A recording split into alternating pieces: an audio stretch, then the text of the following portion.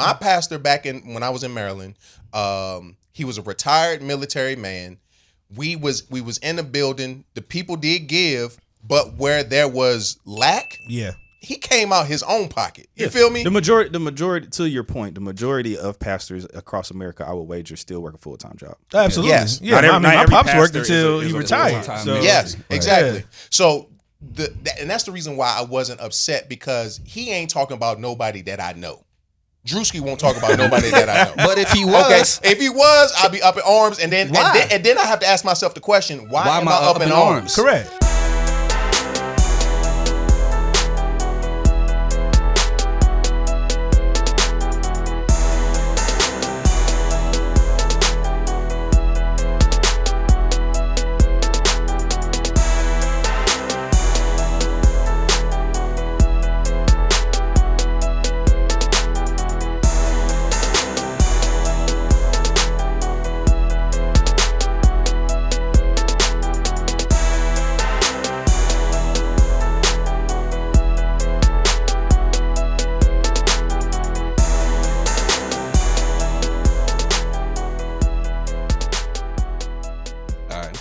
Hey, what's going on, man? And welcome to another edition of the Mainly D's podcast, where we have honest conversations that every man needs but rarely gets to have. It's your boy Melly Mel, a.k.a. Meek Mel, a.k.a. your favorite truth teller, a.k.a. if you don't want to know, don't ask me. It's your boy T-Dive Roy, your neighborhood hope dealer. If you need some hope, I got some you can borrow. Make sure you like, subscribe, and follow. What it do, though? It's your boy Dr. Life Coach Lace, a.k.a. NBA Old Boy, a.k.a. I'm him, a.k.a. Mr. Big Shot, a.k.a. Lucky Luciano, a.k.a. the menace no relation to Dennis. Let's get it. Yeah, what up, world? It's Dave. Dave has wings. I'm back in here. I'm doing my thing. Keep your mind elevated. Keep your feet on the ground. Subscribe to the pod. We're going to keep polishing that crown. Hey. All right. We here. Hey, Lace, I'm gonna need for you to run your logo by us every single time you come. Why? In. Yeah, your branding. Because you catching me off guard every single time. What you mean? We can't even join in with you. Now you Lace Luciano right now? Lucky Luciano. Lucky Luciano. Okay. My nickname growing up was Lucky. He always got a Try and justify it every time. And they call me Lucky Luciano. He always got So something. all them lucky stories I told, now all of a sudden we found out that Me your and my nickname sister was were looking for Lucky. That's why Yes, you was sir. laughing. Yeah, I was Hey. geeked up. Hey, man, we back, man. It's glad to have Lace back. We here, Lace in man. the building, everybody We in the here. building, man. It's been a while since we had everybody. Been a minute, man. You know what I'm saying? It's Been a minute, man. Feel good. Starting the new year off right. Man. What's up? We catching up? Let's do it. We catching up, What we getting to it. doing? Lace, where you been, man? Man, life, man. Like I said a previous episode, man, life sit between sickness, death, and the family, all that kind of thing. It just so happens to land when we was getting together. So it be like that. But now we back for 26 and we go rock and roll, man. Make it happen. Bless up, man. Yeah, Bless man. up, man. Bless We us in to the here, family. man. What's going on, man? Hey, real quick before we get started, as a reminder, y'all, the Patreon is live. Get to it. Head over to Patreon. You can subscribe for free. I'm gonna keep saying that for now. Yeah. You can see everything. We want y'all to be able to get a glimpse of what we will be doing over on Patreon. We're gonna have the digital products, more community. We got our chats live for the free members. We got our new after the show chat where you can join the conversation with us after the episodes. Tell us what you think. Feel free to argue with us or whatever in the joint. But we also have our man cave chats or man talks for our paid subscribers, where we actually get a little bit deeper with the conversations. We'll have weekly prompts, weekly conversation that we'll have where we'll touch on many different things outside of just the episodes. So, head over to Patreon. We're trying to make it happen. We're going to keep pouring out that content, man. No doubt. Yes, sir. Yes, sir. What's my guy's name? We got Oh, my guy, Lionel. Lionel. Yes. Lionel. Yeah. Hey, I'm going to shout out Lionel real quick, man. I know he listening. Hey, when we first drop merch, first person to go buy a hoodie. That's it. When we launched Patreon, first person to subscribe to the Patreon. When we launched the paid version, first person to sign up for the paid version. Hey, so we just want to shout you out. Appreciate you. As a favor to you, or not even a favor, as a thank you to you, we're going to help you out and give you some of these free digital products, man. So I'm going to reach out to you. I got your email. I'm going to hit you up an email. We got some stuff that we can give to you, man. We appreciate the support. Keep rocking with us. And for the rest of y'all, use Lionel as an example, man. That's it, man. we almost at the 25 though. We almost at the 25. Yeah, we almost at the 25. Yeah, That's so what if it you want is, if you man. want some of that free. Yeah, so the some first freebies, 25 still yeah. will get something special as well. But my man Lionel's been first in line every single time, so we gonna bless you, bro. Yeah, man. Appreciate you, That's what it man. is, man. That's what it Appreciate is. you. Love. That's what- And we got our boy Raj in the building. Hey, What it do, Roger. Raj? Hey, man, what's going on? What's going The on? Ville in the building. 276. Okay. Hey, you got to stop throwing up the Oh, you gotta start. Yeah. 276 up in here. No. Go ahead. Whoa. That's crazy. Right. Hey, Hey, I don't know what you're saying, but I'm gonna take it as disrespect. Hey, hold on. I gotta get my Druski preaching towel. I gotta get my Druski preaching towel real quick. It's Crazy outta here. work, It's outta here man. today. Crazy Hey, work. man. Yo, I mean, since you brought up Druski, let me go ahead and say it. A lot of people. All right, so if for anyone who doesn't know, Druski just put out a skit. Druski is a online social media comedian, which he does a lot of skits. One of my couple of my favorite ones was when he did the all white guy. He the did NASCAR Whiteface. joint? Oh yeah. That joint was hilarious. That was Is funny. whiteface a thing? It's not. I don't think so. I think it's They calling it Whiteface though. Of course they are. He did it again. He did Whiteface, so quote unquote again about the white boy being in the hood. You know what I'm saying? Saying the N word and stuff like that, which is crazy. but everybody knows somebody like that. I got a cousin. You got a white cousin? White like that? cousin? Yes, I got a white cousin. I got a white sister. Oh, okay. That's right. Yeah. 276. That's me. What could I say? He did that. What else? What other Druski? What other Disrespect your home, bro. It's all good, man. It's all good. 276.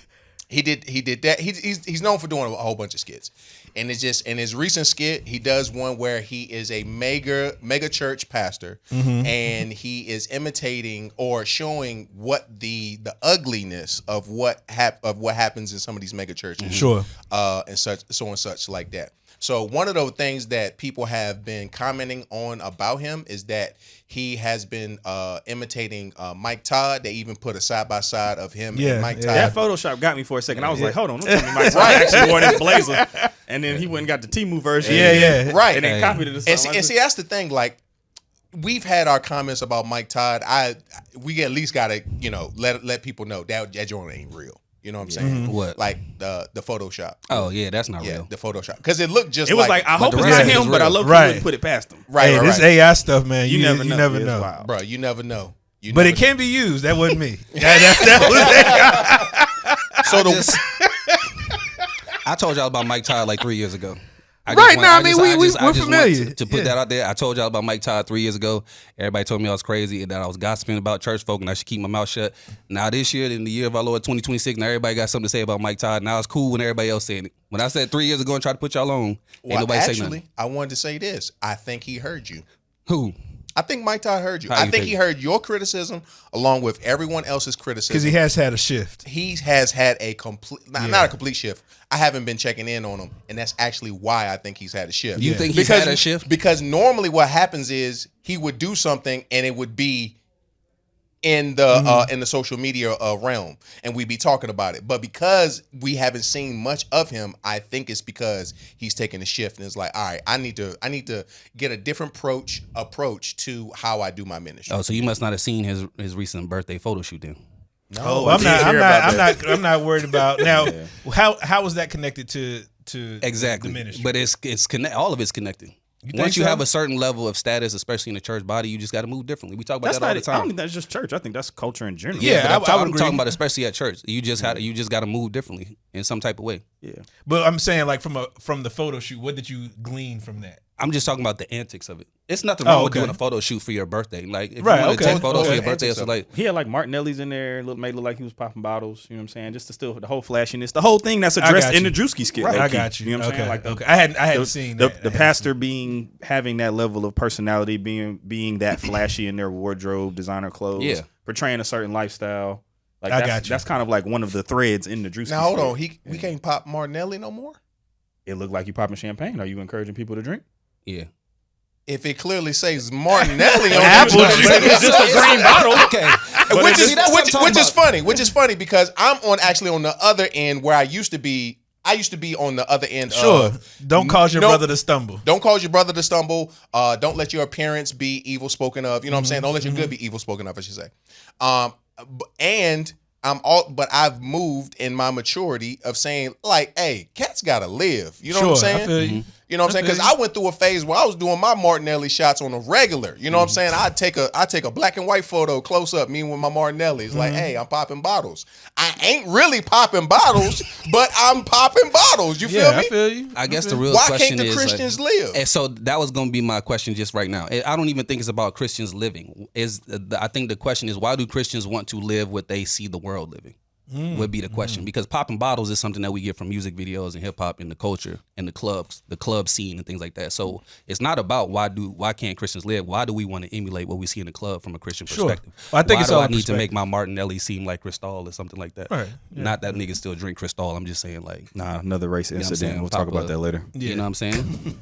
Yeah, I think it's all in perspective, though. You know what I'm saying? And your level of conviction. Obviously, he doesn't have a level of conviction around his behavior and what he's doing, etc. So I get the concept. Don't let your good be spoken evil of, and also don't cause your brother to stumble. But at the end of the day, a lot of that is just a you thing. Like I'm not gonna be moving a certain way, and you like, oh, Bruh. he caused me to stumble. Nigga, get yourself together, man. Get yourself together. This is so funny. I'm actually siding on the side of Lace. That's pissing me off too. That's just pissed me off. This is so 10 funny. minutes into the episode, y'all already pissing me off. I actually side on the side of Because it's Lace. the truth. Bro. Y'all are Because pissing me all off. right, so because it was at one point. This is legit pissing me off. It was at one point like, okay, me and my wife decide we go on a vacation, right? We take photos. You know what I'm saying? We at the beach. You know what I'm saying? So can I post my photos of me and my wife at the beach? Yes. You know what I'm saying? All right, but you know the world go to the beach. You know what I'm saying? And they bring they side bruh, pieces and that's stuff like a that. vacation. Me and my wife are having a good time. That's a memory. That's a like me and my wife are doing. That is not a direct emulation of I think what you see from the world. No, I'm not gonna go there. And the only reason I'm saying that this is pissing me off because I distinctively remember having this conversation about not causing my brother to stumble and me saying that is a you problem and it is not on me to be managing your behavior. And y'all gave me this 30-minute lecture about how I need to be making sure I'm conscious to not put my brother in a situation where he can stumble. Okay, And so then what now was the y'all- situation, Now though? y'all siding on the side of Lace. What was the situation? Now that Lace saying it. No. Lace been gone. He back for a little while. What Now was- what Lace saying? What was the situation? Let's go back to that situation. Yeah, that what we was the talking about. scenario? No, it was just, it was just a general now. discussion. If it's not a Martinelli, but I got a Paul Masson right here. Right, You because know that's what what I'm I said. saying? You was a crackhead. That's the example that we gave. Because I was like, if you were a recovering, if you were recovering from crack, and I'm like, well, I got this. I'm gonna smoke this, and you with me. Right. That's what we was talking about. Right. Not you just on the outside looking in at my life, and that's causing you to stumble. We have no connectivity other than our faith based stance. Yeah, So I'm it's willing- different. It's nuanced. I'm willing to. I want to hear what you got to say. Now it's nuance. Now, Is it not? I want to hear what you got to say. Now it's nuance. Because I'm Every trying- time we talk about something related to me, it's nuance and there's layers and levels and stuff. Well, you like It's fine. definitives. You are a definitive individual where there's nuance Sometimes in there almost are everything. sometimes there are things that are definitive, and we create nuance because it makes us feel good. Oh, Some no, things can be very definitive, and we put room around it. So, Okay. what was we talking about last time? Or do you remember? I just It was said I just called it you a was just a crackhead, specific- and we you weren't said talking about I'm crack. I not. don't think we was talking about crack. We weren't talking about Because I crack. ain't gonna I carry gave no that spoon example. and no daggone white on me. It was in relation to drinking. No spoon and no white. It was in relation to And drinking. an extra belt. You got an extra belt? That's heroin. I was gonna say that. Now I can't wear a belt around a brother. You know what I'm saying? You see what I'm saying? Like that? What? And that's what I was saying. Come on, man. That's Wait, what I was saying. now I can't wear a belt around? No, a I brother? was just saying if I do that, I'm never gonna be able to live. If everything I got to do got to be to the not making my brother stumble, where do I live? That was the kind of conversation that we had last time. It was just like if I can't live and do what I find interest in because you say it's gonna cause you to stumble, then it's like when do I get to live? Yeah. And I think that was a conversation that we had last time. But now all of a sudden it's a nuanced Well, situation, that- and we let's- Well, hold on. Yeah. Well, I guess here's the Brother, thing. Does the standard change when that person is clergy? I think That's the ultimate question. Getting back to where we kind of started this conversation. You got your Because we was phone. talking Can about- you show me that? I think the standard photo him? of the standard of anything, like you was alluding to, we talk about it all the time. Once you have a certain level of power or status, you just got to move differently. Whether you're a CEO of a company, whether you're a pastor Sure. in the church, whether you're a principal, I whether agree. you're a teacher, some things you just got to move differently with. And if you're a pastor, you take on the role of pastor. Any of us who've been to church, we know what that means. Like we know what a pastor's supposed to be, how they're supposed to represent. So if you willfully are taking on that role, and claiming to be called and claiming to be obedient to what God has called you, doing stuff like that, you got to move differently. I agree. So I agree, then 100%. I shouldn't be, not to say that I can't live or that I can't have a good time, but as a pastor with a large audience and a large following and a lot of impact, I shouldn't be trying to emulate what I believe that I'm preaching against every Sunday, because in this moment now I'm trying to put on a show. Like popping bottles and all that, we know where that comes from, and you ain't regularly just popping Martinelli or whatever you want to call it, and shaking it around and giving the illusion and all that type of stuff. Pause. That was crazy. So that's what I was saying. But I will say this, Mel. On behalf of me and Troy, we agree with you in the meeting. So you know record, that for the record, that is, if that is what you were stating, maybe it was received wrong. So we agree with what you're saying. I appreciate you, Lace. Well, I think there is nuance too. I mean, obviously the cultural difference from the black church and other faith-based cultures within the church. How you never really hear this from white pastors. You never see that from, and they have mega churches, et cetera, as well. But it's just how I think from a cultural standpoint, how some of these mega pastors move in general. You know what I'm saying? Like, he's not the first one to do something like this. I mean, or highlight the money aspect of it and expecting those to give, and you live a certain lifestyle, that kind of thing. So I think it all comes back to a level of consciousness, a level of conviction, et cetera. Because I'll be damned, I'm not pulling up in a Honda and pastor pulling up in a Rolls Royce. What does that see? And that was going to be mine. That what does that matter? It matters because what does that matter? Pastor, again, I don't go to a mega church. My church is not a mega church. But at the end of the day, if the pastor's on payroll and tithes and offering is where everything comes from, and I see you pull up in a Rolls, that's not it. That's what gets me about the whole conversation, though. And I think part of it is that we let a small percentage dictate the ginormous view of how things work. Because I don't think the majority of pastors that have mega churches or have larger ministries are pulling up in Rolls Royces. Right, agree. Second of all, I think a lot of times when you talk about pastors that have larger platforms, they also have other businesses and other revenue streams. Absolutely, writing agreed. books. Now, granted, do they leverage the infrastructure that they built up through the church? Do the church buy the book and buy the thing wholesale? And does their business behind it? Absolutely. But I mean, if you talk about even one of the largest ministries here in Charlotte, it's like a lot of the engine and things that are behind what's going on, elevation, whatever, is the music. Yes, very true. They plugged into the music industry. Everything they writing credits and all that stuff, it feeds back to separate entities and understanding the business broken down of it. And I think that's something, especially just speaking more so on our community, that's something that isn't necessarily, that nuance isn't necessarily taken into consideration.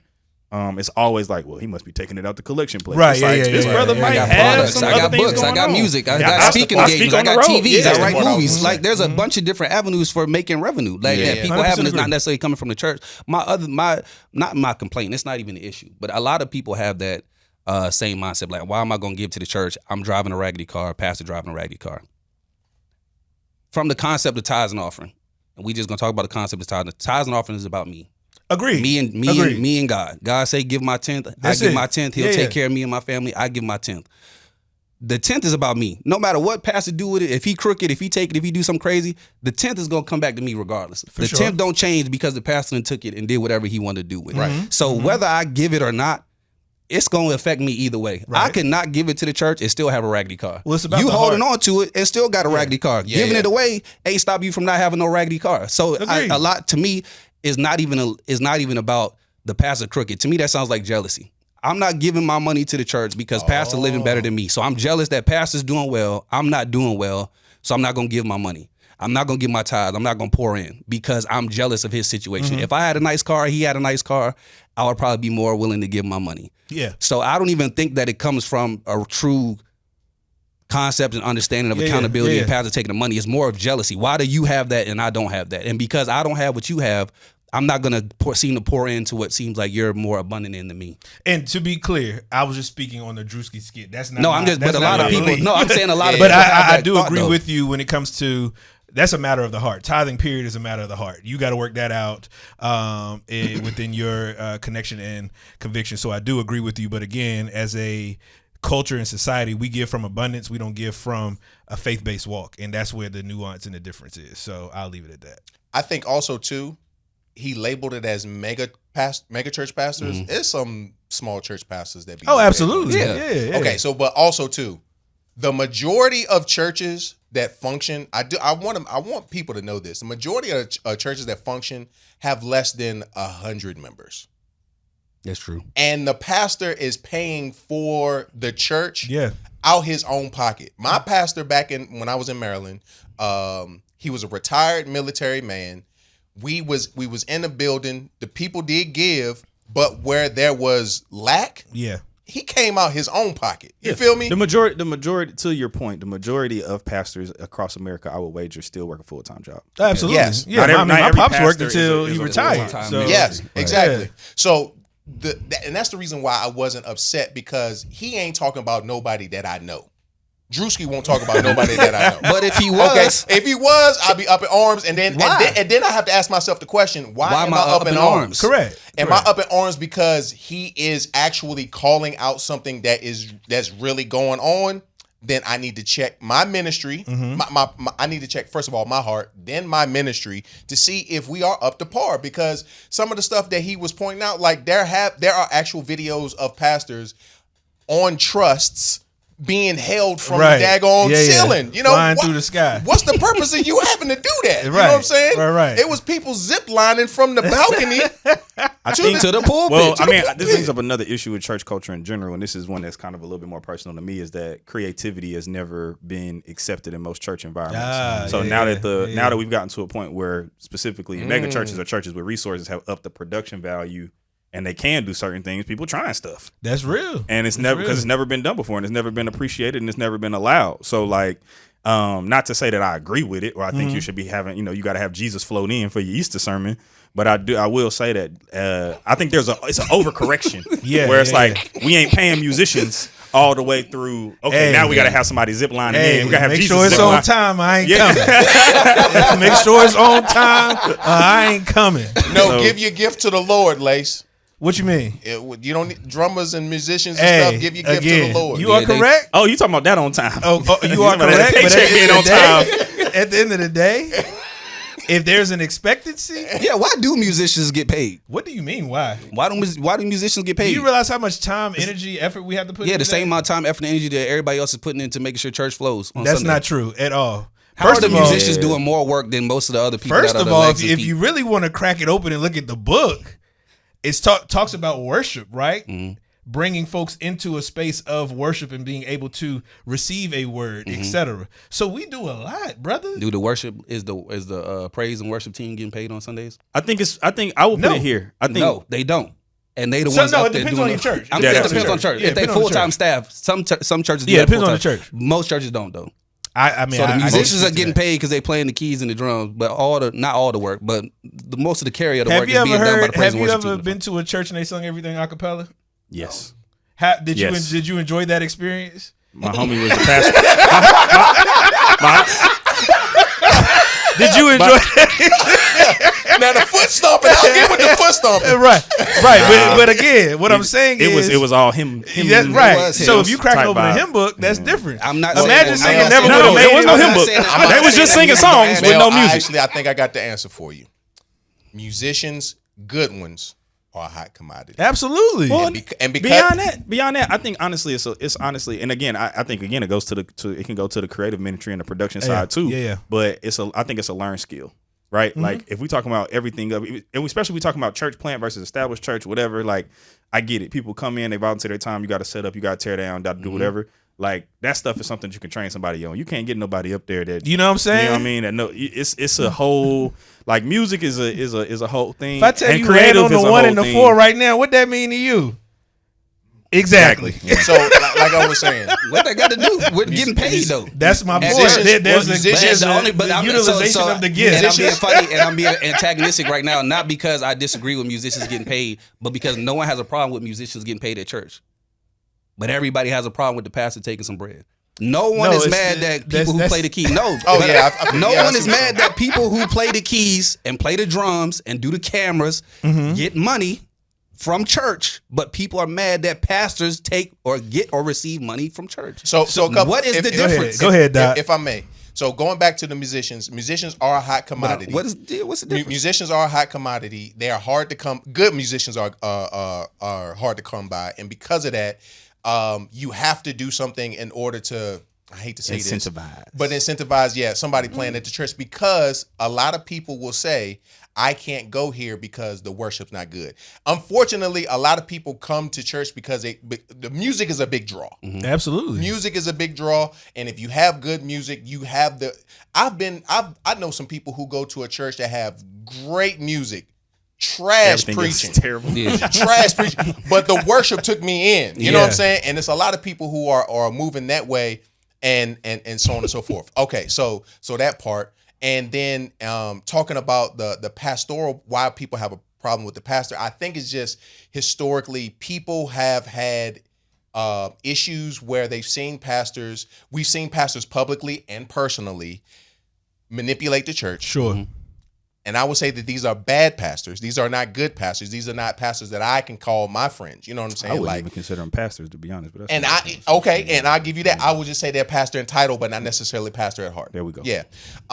Who have used the church as a way of a come up. Mm-hmm. You know, we got a friend who going through seminary. He has told us, straight up, he's like, there's people in here who are not here for Jesus. They don't even believe in the stuff that we're preaching. They don't believe in the Bible, but they do know that this church is a hot commodity where we can make some good bread. Mm-hmm. And unfortunately, because of people saying that in seminary, almost cut.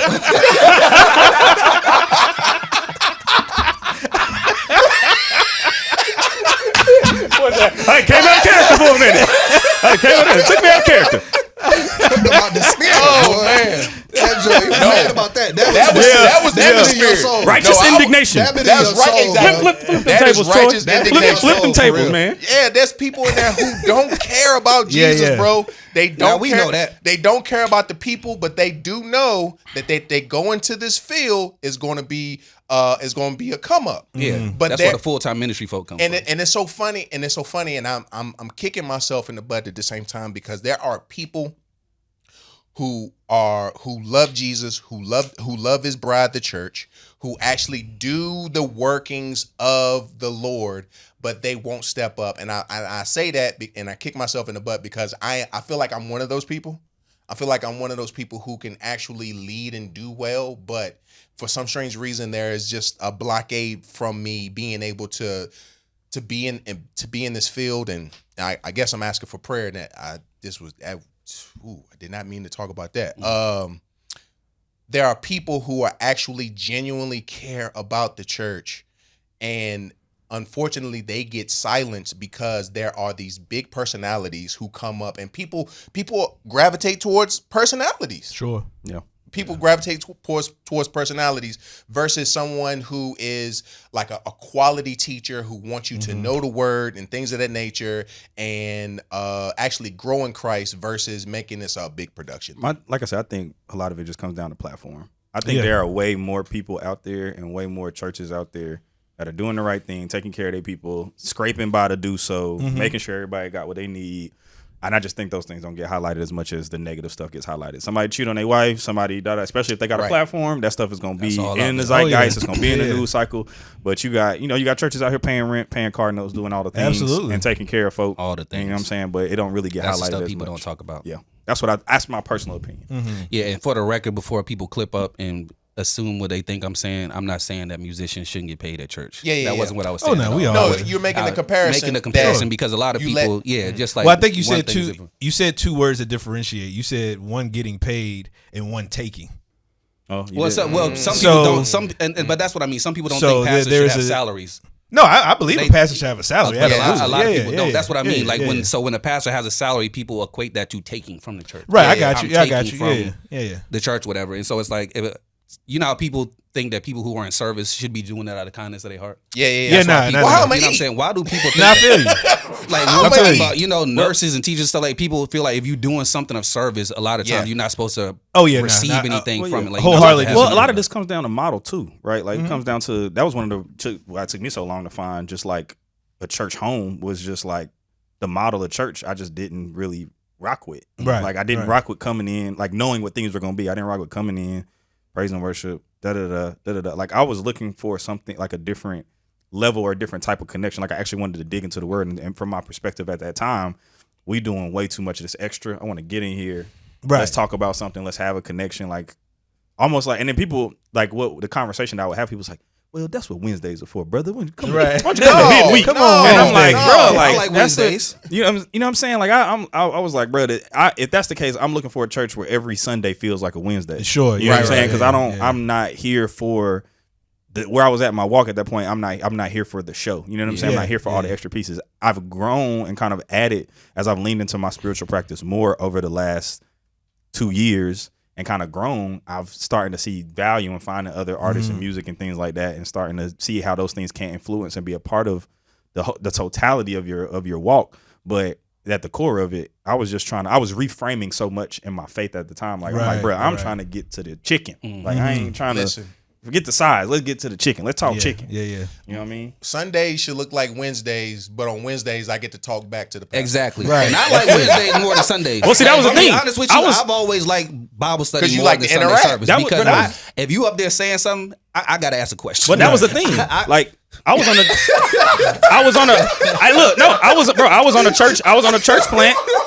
a church plant a couple of years ago. We actually incorporated that. I told the pastor that. I was the creative director, and I was like, bro, we should do this. Nobody's doing this. Like, and we ended up having social sermons once or twice a month. Where it would literally, he would come off the stage, the lights would be a little bit different. You know what I'm saying? We may play some music in the background. And the crazy part was, it's a crazy story. Shout out to Ready Church and my boy Kanan Greer, Pastor C. We got to a point where we were renting this spot, and it kind of was like the Holy Spirit forced it, because we showed up. It was a storm before, and we had no power in the building. So we had to make something work. So we pulled up the back gate on played some music out of somebody's car, moved all the chairs into a circle, and we had a conversation. And that was like the thing was like, oh snap, this can actually work. This idea can actually work. And we started to incorporate that going forward. Because I need to ask some questions. Study and show yourself approved. That's in the book. You know what I'm saying? But also, growing up as a PK, I've seen it from multiple layers as well, with my pops being a pastor for almost 40 years now. And when you talk about a salary, people don't consider, when you talk about volunteerism and stuff like that, the late night calls, the hospital visits, prayer. My son got a court date. Can you go prayer. to court and pray for this nigga when he almost killed 2 people in a, you know what I'm saying? So people don't consider all of those things, you know what I'm saying? The funerals, and I need some help getting the body back so we can put him, all that kind of stuff. So there's a lot more that go into it other than just preparing for a sermon on Sunday, Bible study, those kind of things. So it is way, way more that feeds into how most pastors have to engage with their, and that's why I was talking about the structure, because again, like if you had proper checks and balances, if you had a board, if you had all these different things, they're determining the salary. They're looking out like the pastor ain't just making these decisions. And I mean, obviously you have other scenarios where again that structure can be manipulated and the pastor has a final say and the people on the board are just talking heads or whatever. That can happen in any structure or entity. But that's where I was saying, like, this, there have to be measures and layers of accountability across the board. In a tangible sense, when you start to talk about physical resources, there needs to be tangible structure and accountability for. And like anything else, church is a business. 100%. So, but most people that are in certain roles have no business acumen and should be in certain spaces. I mean, if you really think about it, you know what I'm saying? So those are things that have to be considered as well, because you mentioned like having a board and levels of accountability, transparency, all that kind of stuff. That does have to come into play. You have to have right people in position that can use transferable skill set and apply it within a church setting. Because I would argue though that church don't have to be a business. We've chosen for it to be a business because we want to, like, that was part of it in general, is like, why we gotta have a building? Yeah, why we gotta have this? Business. Why we gotta have this? Well, no, there's a business designation. Business. Yeah. What I'm saying is, yes, business / formalized structure. Yeah. So more structured, not necessarily these are our checks and balances. You should have checks and balances, but a more structured way to approach your congregation, approach the individuals that you are serving, but in a transparent and accountable way. That mug is a business, meaning that if you don't have more coming in than what you got going out, you're not going to be here. Yeah, I mean, or you're going to have to find some way to fill the gap. Whether the pastor get paid or not, you need the cash flow to be able to take care of the building, absolutely. take care of the people, take care of the lights, take Who care of all gonna take care of the lights? Who gonna pay Lace and the drummers back there to do praise and worship if we ain't got cash flow and stuff coming in? So it's like, it is a business. Like, money has to come from something, and that's the thing. That really be my thing. where is it going to come from? If you don't want to give it, the pastor not supposed to have it. Where is it going to come from? When you got an issue and you short on your rent or something like that, or you can't pay your light bill, your babies and the stuff need food, and you need money from somewhere. A lot of time, first place people go is church. Absolutely. And if nobody's wanting to give the money to the church, where is it going to come from? Yeah. If you can't get it from nowhere else, you lost a job, somebody, where is it going to come from? And if nobody's willing to give it because everybody's worried about what the pastor is doing or what the pastor's driving, how are we going to take care? As Lace always, not Lace, but Troy always talking about throwing the baby away with the bathwater. Just because there's a couple people that may do something wrong, right? Are you going to punish the entirety of society because of what one or two people may be doing? Well, you know what I'm saying? I think that's also the culture that we reside in. Everything is this is the rule, not the exception. Yeah, and that's what's unfortunate in a lot of ways. And if your church is not operating and functioning, there's Find another one one on the corner. Less than a block Yes, away. less than a block And the way away. y'all bounce around at church. Well, I mean, we in the Bible Belt too, so we saying Right. we're saying this with some church privilege, Right? Yeah. That's true. Because we in the South, so there's churches Every all over time the I place. look up, it's some people with a new church home. And it's a new church popping up every other week. And they all got the same model now. Right. And that's actually what I have an issue with is the seeker friendly model, because I'm no longer seeker friendly. Like I know Jesus.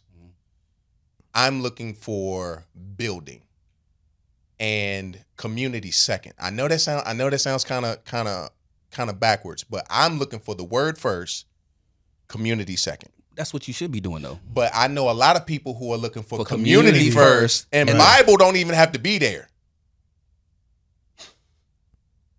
Hey, look, they said people look like me.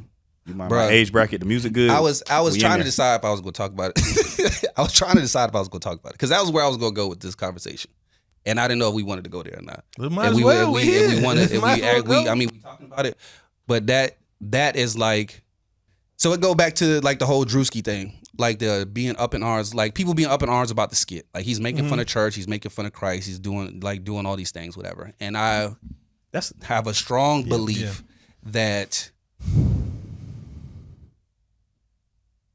I'm going to church for me.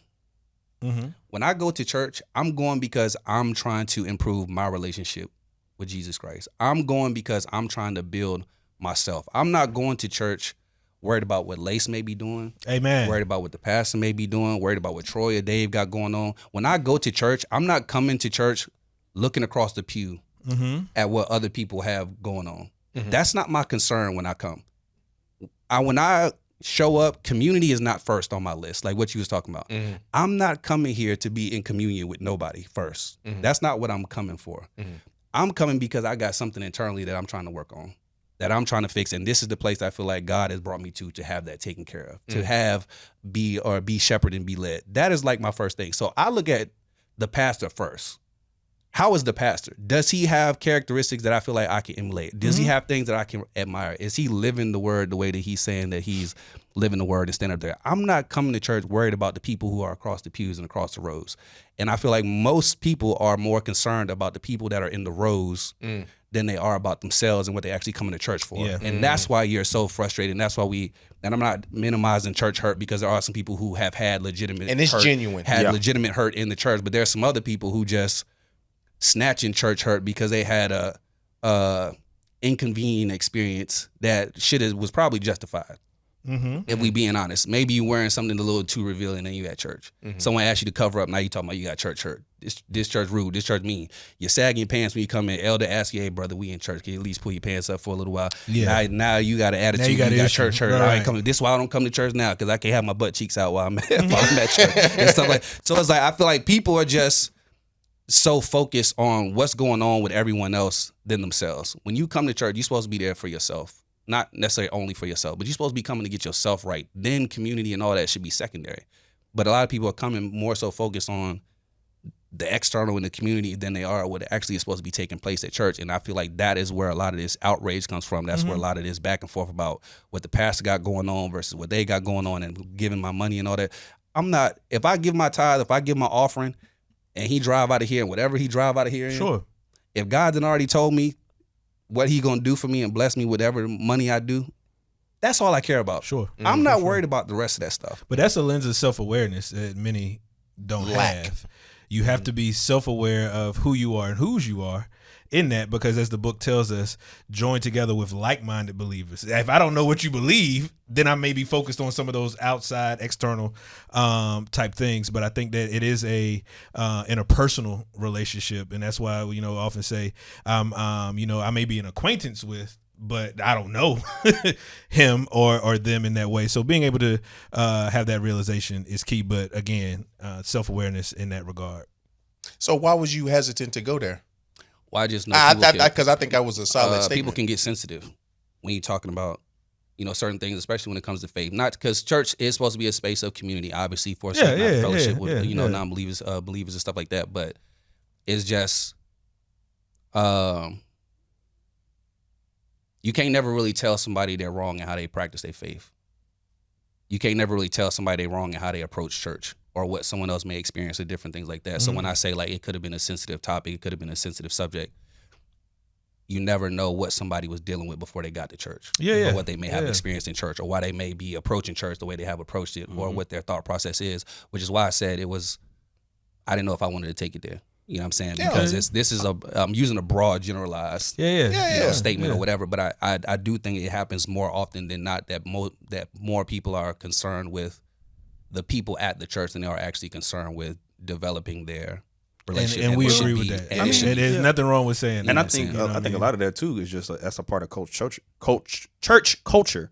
Is that the people in the church are also more worried about not just the people who are coming in, like you talk about those hurt experiences, like those people who are also like, for instance, there to your point about if somebody is kind of breaking the cultural norm, there is still a way to treat them in your attempt to correct them. Absolutely. Because that's the other, like, sure, she ain't got on the right thing. She here, but there's a way to talk to her about it, see if there's something going on, see if she even has the ability to get clothes, as opposed to just being like, these Jezebels is finding their way up into it. Don't have the church mother go up to it and talk to her. Like, have somebody else fill in the gap. Because you know what I mean? You actually hit on a real good point. People come through with that. People come through heavy-handed, man. And it's like, when to your point, people come in and they're coming because they're vulnerable, because they're sensitive, because they're at people. Whenever you hear somebody whenever you got that one homie that's like, yeah, bro, I'm about to go to church, or I'm thinking about going to church tomorrow, or I just got out of church. You be like, hey, you don't go to church. Like, what's wrong? What's going on with you? You straight? Everybody straight? Your mama sick? Like, what's going on? It's usually what prompts people who have not been in church to go to church is some type of traumatic experience or some type of something in their life. And they come in that condition, and then you get in certain cultures or certain types of church, you get people that come in real heavy-handed because they're not meeting the standard that they're either not aware of or not equipped to be able to hit. Right. Sure. So in general, churches are supposed to be a spot where you can come get those needs met, you know what I mean? And come, even if there is an established culture at that church and it may or may not be for you, there's a way to let people know, like, not necessarily this is how we move, because again, the church is supposed to be for everybody, but it's like, hey, do you need assistance in trying to do X, Y, and Z? Like, you should be inquiring.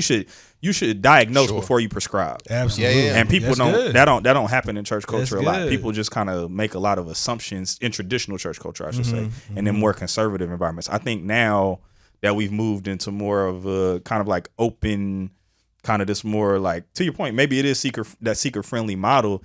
There's a little bit more room for that, and I think in practice there are a lot more churches who have kind of accounted for those things. But in general, when you think about Black church culture, most people are thinking about what we talking about. You walk into a church, you ain't got on the right thing. Hey, brother, can you take your hat off for me, brother? You in the house of the Lord. And it's like, yeah, man, I went to a funeral sometime last year, and the people came wearing the best that they had. Homeboy had on a shirt that said F the devil. Now, I mean, it holds truth. Now, it holds truth. Theologically, it is correct.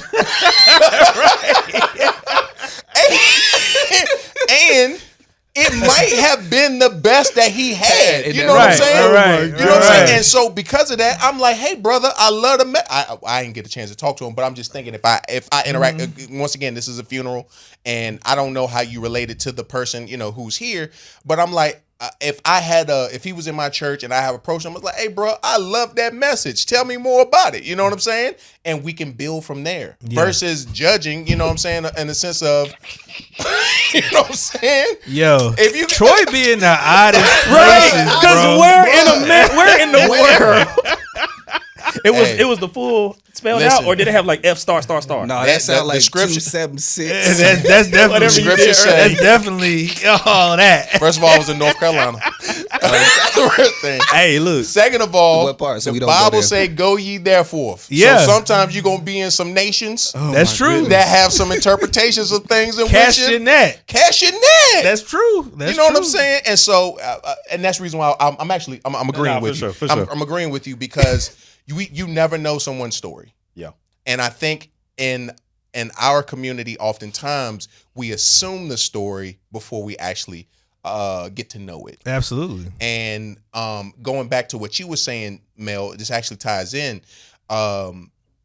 When people come into church with the sense of looking at everybody, we come mentally already judging. With a conception of how things should be, and we're judging everybody else versus seeing, all right, how am I being judged? Let me grow and let me be the person that I desire to be. You know what I'm saying? Instead of focusing on everybody else, let me focus on me. Big facts. Yeah. And the That's crazy F the part devil. is, That's the devil. Moral of the story. name of the episode. Name of the episode. And focus on yourself. That's it. Yeah. That's Because it. at the end of the day, That'd be you my got to thing. stand solo when we all judge for this thing. So it ain't gonna be a community Right. standing behind you with that. So you might as well get it right. That's what I was just about to go there. I was not about to get too deep into it, but it's like, to your point about judgment, it's like, if you really realized entering the building that really ultimately you're not really being judged, because if you're a believer, you're being seen by God through the eyes, through how he sees his son. So that he's already taken on that judgment. Absolutely. But so you don't even have to really come, if you really knew who you were, identity, Right. you wouldn't even come in with the preconceived notion about judgment, because you would know, you would be rooted in Christ. But I think some people already judge themselves. For sure. And For sure. because they judge themselves, they then begin to do the comparative thing Yep. to see how they measure up. Human nature. Yeah, And 100%. that's very yeah. unfortunate. We Yeah. should not be living Yeah. our faith up to a point of comparative. We should be, I mean, if you want to look at somebody to see, where they are, and then, check where you are, and maybe growing in that sense, that's one thing. But in the sense of, hey, my sin is not as bad as yours is. Right. And that's how I know I'm good with the big G. You know what I'm Yeah. saying? Like, that ain't how we should be living. Nah. Do you think we give too much? Do you think people give too much credit to church for stuff? Like put Elaborate too much. on the Like question. put too much. I'll use the see. This the reason why I don't go to church. People. Oh yeah. And what I mean by that is, I don't think there's ever been a time or other spaces where we give that much credit to something as we do with church. And I'm talking about with black people, where we like, see, this the reason why I don't go to church.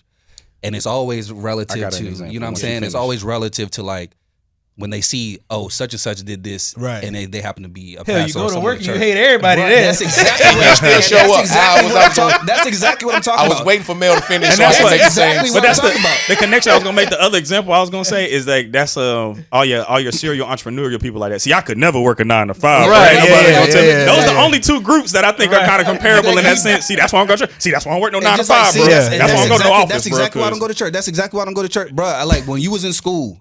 You went to school for you. Yeah. Whether I got a 2.0 or you got a 4.0, if I Yeah. didn't do my homework, that didn't stop you from going to school. I'm trying to If graduate. I come to work and I don't do my job, that ain't stopping you from Yeah. coming to work, because you got to do your own thing. When you come, you still handle it. But we talk about church because I come into church and I see you doing something. Now I'm like, oh, that's why I don't go. That's why I don't go. That's why I don't go. What does that got to do with anything? Yeah. Very That, true. I guess that's my reason for saying earlier, like, why are we focusing on the community aspect first? Like, what does that have to do with you? When I'm at work, the last thing I'm thinking about is what everybody else doing. Nah, that's real. Well, like, I mean, that's real. I think people focus unless on we talking about the pastor, like No, I we talking mean- about the owner, like the boss, like Yeah. so that's what I'm saying, like pastor versus like other members of things. But to the point, I think that's a part of the draw for people in general, and that's what it's talked about. It talks about you're supposed to be in community with one another. You're supposed to be in community with like-minded individuals. Supposed to help you grow. Iron sharpens iron. Blah blah blah. All the stuff we hear growing up. So people are saying like, how am I supposed to go here to get well? Again, because it's a two-part thing, because you have people in church pretending to be perfect, Right. and you have people who are outside of church calling out the fact that they're not perfect. Say so. So it's this never infinity. Say so. It's this infinity loop of people, of you looking at humans as a standard, Yeah. people not meeting that standard, and now you got an excuse for you to not go when it's not even about that, because nobody's gonna meet the standard. And that's Correct. why we all here in the supposed first to place. be there in the first place. Right. Because everybody in this mug sick in some way. In some way. Everybody in here sick in some way. So yeah. Can I add one more element to that though? Sure, To the point. unless I disagree. I do believe that, community is built in, but I think also sometimes we enter into the sanctuary with a misconception of how we should be in the sanctuary, and I think the majority of all of us should be coming to the church in the sense of service, in the sense of humility and things of that nature. But because I don't have any power outside of this church, some people come to church for the sake of wanting to have some level of power. Oh, I agree with that. So I'm the Yeah, I agree with janitor at my job, but I'm the deacon. But I'm the here. chairman of deacons I'm here. the- Y'all yeah, gonna yeah, do what yeah. I say. And y'all gonna do Stop flushing and that I'm toilet 75 times in service one. You know what they say, man? Once them white gloves come out, Right. the ushers got the power. They get the power. And I think sometimes, and I can't speak for the white community. I can only speak from growing up in black church. Is that some of us sometimes we want to have the power because in this sanctuary, and sometimes because we don't even know how to wield power, we end up hurting more people than we end up helping. For sure. them. You know what I'm saying? And that's why I said in the beginning in the modeling, some people just shouldn't be in certain roles because they don't have a transferable skill set that would allow them to, meet people where they are and actually be functionally sound in that space. That's another interesting thing just about, we had the same issue again kind of in business and in church in general, is like just the lack of succession planning. When you talk about like transferable skills. Yeah. Like there are so many, there's a generation of, in the same way that there's about to be a wealth transfer, and there are, boomers that are getting out of businesses and Gen Z that are starting to transition out of business or in higher level retirement, all those types of things. Did I say Gen Z? I meant Gen X. Gen X. There are people starting to transition out.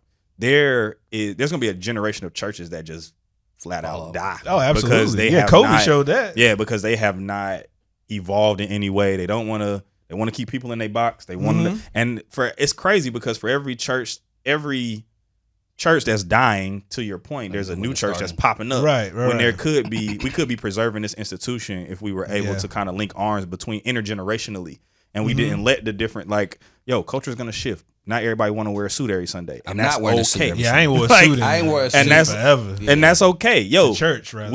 to the point, we need better audio equipment in here. You sound like you're going to the cookout drive-through when you give me your sermon. It's time to upgrade some of this equipment in here. Very Let the people do their thing. Like it's so, to your point about control, tying it back to what we were just talking about. There's so many people that this is their source of sense of power for 30, 40, 50, 60 years. That's real. That like they're not willing. They rather see the joint die in their care than pass it on and see it live and let the culture change around it. And then you got people who are out here who are under resourced, trying to build a brand, trying to take over social media, trying to do all these things, trying to, renting out gyms and doing all types of things, trying to plant these new things when you have buildings that are halfway empty every single Sunday that have a good infrastructure in place. And it goes down to relationship and all that kind of stuff, but that's just, I think in general, and that's two specific things in black business or in business in general and in church. I wish that we did more succession planning. I don't want to say grooming because that has a terrible connotation behind it, but more succession planning, more mentorship, development. And there was like a sharing between. I wish there was more intergenerational dialogue because church is an institution that I think could be, and it's very important to our community in general. And while it's changing, I think it would do us better as a community to preserve it, evolve it, as opposed to kind of jumping into, because you can say like literally, is there now in this new contemporary context, is there really a black church model, or what is the new black church model? Mm-hmm. Is it just the mega church model? All the new blacks led upstarts are really just copying elevation, this new model of what mega churches or whatever it is, which is why they feel like they got to have a stage, they got to have a lights, they got to have a specific venue to do certain things. When it's like, bro, if you just got people together, gotta pay Lace to play the bass. Doggone right. If you just, and I really feel like if you just got people together, and if you got more, I feel like we would see more success if we got people together, just got people in the room and had a conversation about what was in the book versus feeling like you have to upstart with all these different things. Right. And don't be trying to use your power on me, because it ain't gonna work. If you was a janitor Monday through Friday, you gonna be a janitor on Sunday when you talking to me. You gonna be a janitor on Sunday when you talking to me. Hey man, you're supposed to treat the janitor the same way you treat the CEO, man. Because you used to feel that at work too. Let's treat the janitor the same way you treat the CEO. But I'm saying I'm treating everybody. No, I'm not treating him differently. He's trying to treat me differently. That's the thing. He's trying to treat me differently because he's changing from Sunday to Monday. I'm saying keep yours in what you had. That's like people at work. Y'all felt it before in the office. The dude, you could tell the dude who don't got no say at home. His wife don't listen to him, but now he's the boss at work. Now he's trying to tell you what to do. Yeah. Because he got a title. No, treat me how your wife treats you. I'm not listening to you just like she ain't listening to you. And this has been the Melodies Podcast. It's your boy Melly Mel. Your boy Troy, Dr. Life Coach Lace, Dave has wings. Can I say one thing though? Can I say one thing? I would say that I think Druski's skit was a mirror for the church to look into and say, am I presenting like this? And if I am presenting like this, where did I fall off? Yeah. And that's the reason why I don't have a beef with it, because when I look in that mirror, I'm like, oh, that ain't us. We are actually doing the work of Christ. Then that's what's up. Challenging opportunity. Exactly. And that's the reason why I don't beef with it. And so, yeah. Go ahead, close it. Melvin closed it out. I just wanted us to put a bow on it before we wrapped up. You know what I'm saying? Because we talked about Druski, and then we went into this well of other conversation, which was really rich. But I just wanted to bring it back around to say that's the reason why I wasn't offended. I don't know about y'all, but I wasn't offended. I laughed. I wasn't offended because again, that's not 99% of churches. It's the anomaly. And if it was, which is why I don't know why so many church people your church don't do that. Bruh, but even if your church did do that, why can't I talk about it? Right. That too. And y'all already know how I feel about that. I want to talk. I want to talk about stuff for real. And I hate when I can't. It pisses me off. We talked about that earlier this week. If you're doing it, I should be able to talk about it. And if you got a problem with it, stop doing it. And yes, 100. And I think it creates opportunities for us to have this rich conversation like we're having right now. Yeah. You know what I'm saying? Yeah. Because for such a long time, we have been in church services and we couldn't even talk about the things that were going on there. Every time we would bring something up, we get smacked in the face. Hey, shut up. Don't say that about Sister Gladys. You know what I'm saying? Like, I can't talk about, her falling off and her wig coming off. You know what I'm saying? Just have to get smacked because I'm talking about Sister Gladys. You know what I'm saying? So, yeah. That was good. Because I'm a Christian and I walk in the blood of Jesus. Hey, Give him some praise. Hey, man. Hey, Give man. him some praise. Hey, man. F the devil, bro. That's right. F the devil. That's right. Devil, bro. That's our division, bro. All right, Mel. I'm sorry. No, it's good. No, we cool. We good. Hey, man, before we close it out for real this time, it's your boy Melly Mel, T. Roy, Dr. Life Coach Lace, Dave has wings, our boy Roger in the building. We out.